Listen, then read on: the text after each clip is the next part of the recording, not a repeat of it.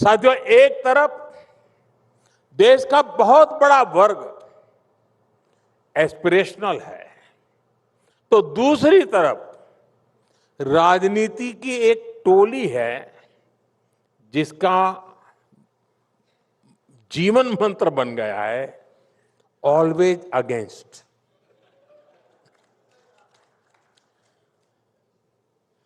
ये टोली chronic dissatisfaction यानी स्थायी असंतोष से भरी हुई है।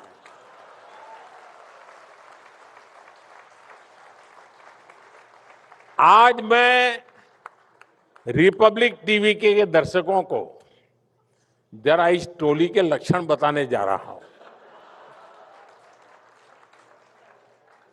सिम्टम्स पता चलेगा तो आपको समझ आ जाएगा मैं क्या कह रहा हूं। आप आसानी से पहचान लेंगे।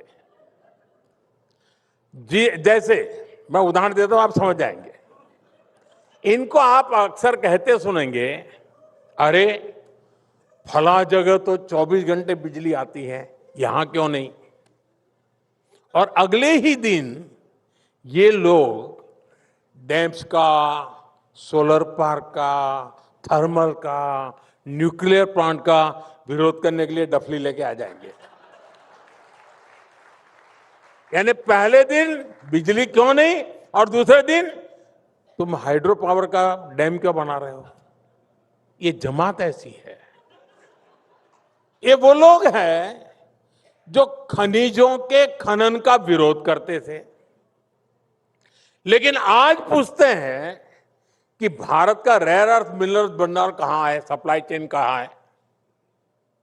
और भारत में फलाने देश की तरह इलेक्ट्रिक व्हीकल का इकोसिस्टम क्यों नहीं है। ये वही लोग हैं जो कभी डेटा या आटा इसकी डिबेट चलाते थे। पहले डेटा की आटा बड़ा मजा आता था।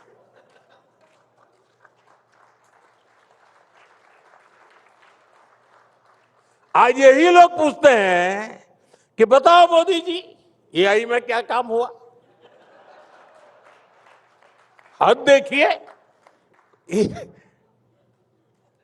एक साथ में कहते हैं, एक ही साथ में कहते हैं कि एआई में ये होना चाहिए था, वो होना चाहिए था, हुआ क्यों नहीं।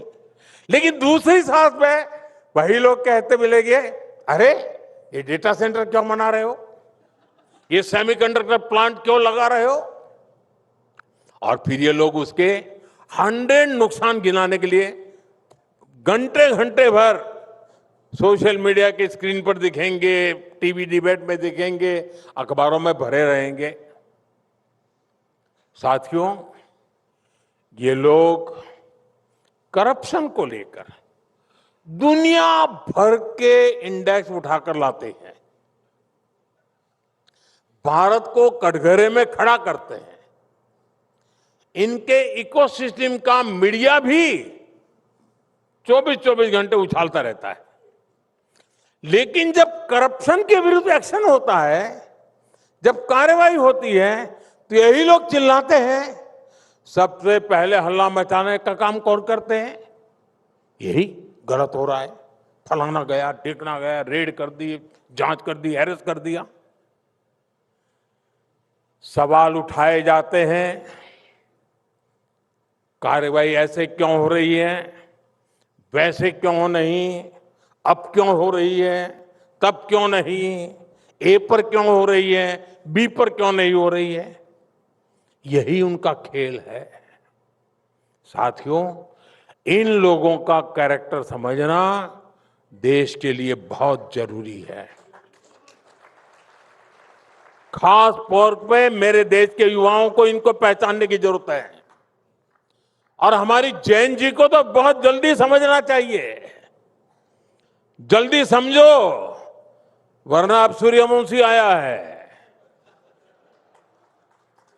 वो तेज गति से समझ जाता है।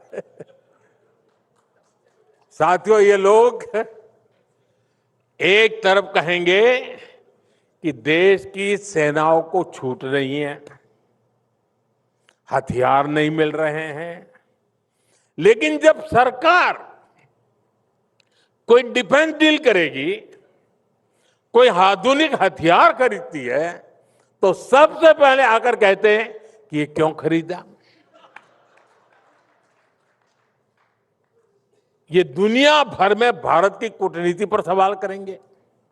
लेकिन जब भारत कूटनीति के लिए, सुरक्षा के लिए कहीं कोई इंफ्रास्ट्रक्चर प्रोजेक्ट बनाने लगेगा, तो ये लोग ढोल ढपली लेकर हल्ला मचाना शुरू कर देते हैं। साथियों, आज भारत के जिस अहम कालखंड में है, इसमें हमें ऐसे लोगों को पहचानना होगा, उनके कुतर्क को समझना होगा और उनसे सतर्क रहना बहुत जरूरी होगा। और आज दुर्भाग्य से आज देश के मुख्य विपक्षी दल कांग्रेस पर ऐसे ही लोगों का कब्जा हो गया है। कांग्रेस कभी नेशन फर्स्ट की बात करेगी, ये सोचना भी अब झूठे सपने जैसा हो गया है।